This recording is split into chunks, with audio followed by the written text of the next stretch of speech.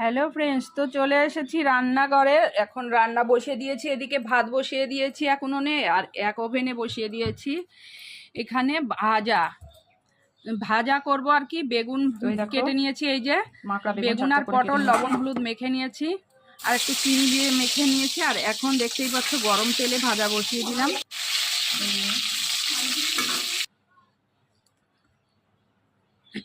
আর এখন এই দেখো বেগুনগুলো পুরো লাল লাল করে ভেজে নিচ্ছি।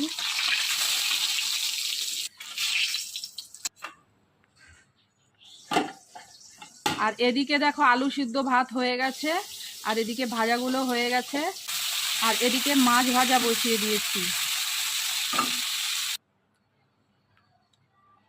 তা আর মাছ ভাজাগুলো হয়ে গেছে, নামিয়ে নিয়েছি। আর ভিডিওটা এই অবধি। তো চলো এখন